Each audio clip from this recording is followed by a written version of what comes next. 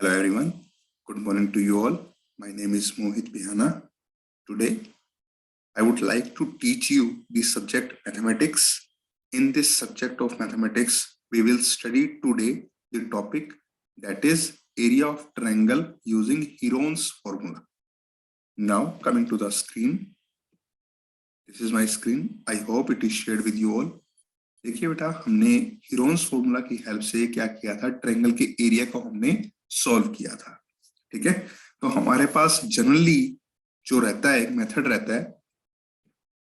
Coming to the previous slide, देखो हमारे पास क्या रहते हैं बेटा, ट्रायंगल का एरिया कैलकुलेट करने के लिए हमारे पास एक जनरल मेथड है, एक हीरोन्स फॉर्मूला है। तो जनरल मेथड जो है हमारे पास, इसके अंदर क्या है, हमारे पास एरिया ऑफ ट्रायंगल अगर आपको कैलकुलेट करना है तो half into base into height. ये जो हाइट होती है ये होती है परपेंडिकुलर हाइट। ठीक है, this perpendicular is drawn on the base from the opposite vertex.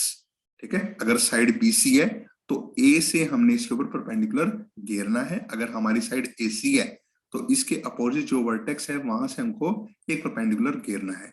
इसको हम एल्टीट्यूड भी बोल सकते हैं, इसको हम परपेंडिकुलर हाइट भी बोल सकते हैं। ठीक है, जैसे ये h है, इसको हमने क्या बोलना है, परपेंडिकुलर हाइट या एल्टीट्यूड। ठीक है, तो एरिया हमारे पास क्या बन जाएगा, half into base into height in case of rectangle, in case of right angle triangle. ठीक है, रेक्टेंगल नहीं, sorry, in case of right angle triangle तो हम कैसे कैलकुलेट कर सकते हैं, half into base into this perpendicular height h। ठीक है, where b is base and h is height of this triangle. From the above, we know to find the area of a triangle when its base and height, that is altitude, are given to you. तो जब आपको base और height दे रखी हो, उस case में अगर आपको कैलकुलेट करना हो एरिया ऑफ अ ट्रायंगल, तो आप कैसे कैलकुलेट कर सकते हैं, हाफ इंटू में दिस बेस इंटू में दिस परपेंडिकुलर हाइट, और simply you can say it as height. ठीक है, तो अब जो हमारे पास आता है हीरोन्स फॉर्मूला की एप्लीकेशन, वो किसके लिए आती है, अगर आपको सिर्फ साइड्स गिवन है ट्रायंगल की।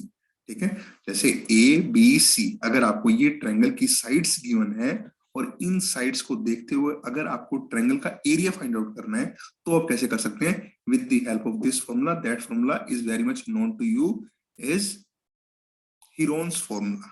तो हीरोन्स फॉर्मूला में क्या है, under root of this product, the product that is the multiplication of these all parameters, s into s minus a into s minus b into s minus c। तो s minus a, s minus b, s minus c। अब s क्या है, s होता है बेटा semi perimeter. Boundary की जो length है हमारे पास, अगर हम उसको डिवाइड कर दे, डिवाइड बाय 2, तो हमारे पास क्या आ जाता है, सेमी पेरीमीटर। सेमी पेरीमीटर क्या हो जाएगा, देखो ट्रायंगल की जो बाउंड्री होगी उसके अंदर हमारे पास 3 साइड्स इंक्लूड की गई हैं। ठीक है, a plus b plus c, that is boundary length, that is a plus b plus c, this is boundary length. और आप सिंपली इसको कह सकते हैं पेरीमीटर। अगर मैं इसको डिवाइड बाय 2 कर दूं तो मेरे पास क्या आ जाएगा, semi perimeter. How will you find the area of a triangle if the height is not known but the lengths of the 3 sides are known to you. ठीक है, तो आपको तीनों साइड्स की लेंथ गिवन है, लेकिन आपको हाइट अगर गिवन नहीं है तो आप डायरेक्टली ये वाला फॉर्मूला यूज कर सकते हैं। That formula is Heron's formula.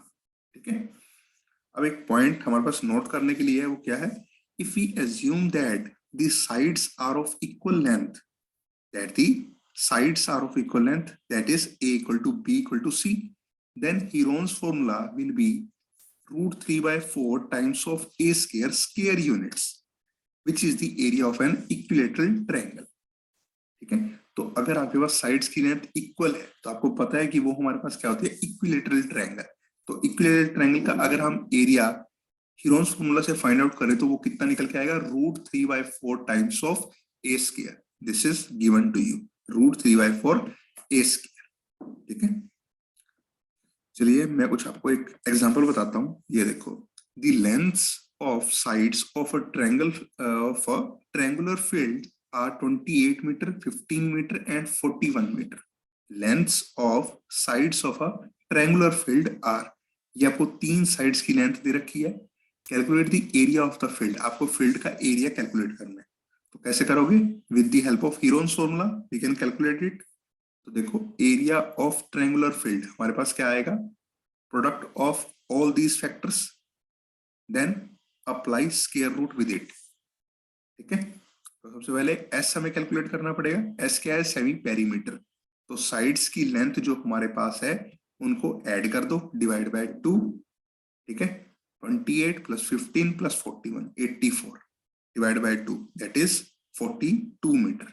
Area of triangular field calculate कर सकते हो फॉर्मूले में। अब ये फॉर्मूले में ये वैल्यू सारी पुट करके साइड्स की लेंथ साथ के साथ ये एस भी, तो एस 42 42 माइनस में 28 42 माइनस में 15 42 माइनस में 41, तो ये हमारे पास आ जाएगा।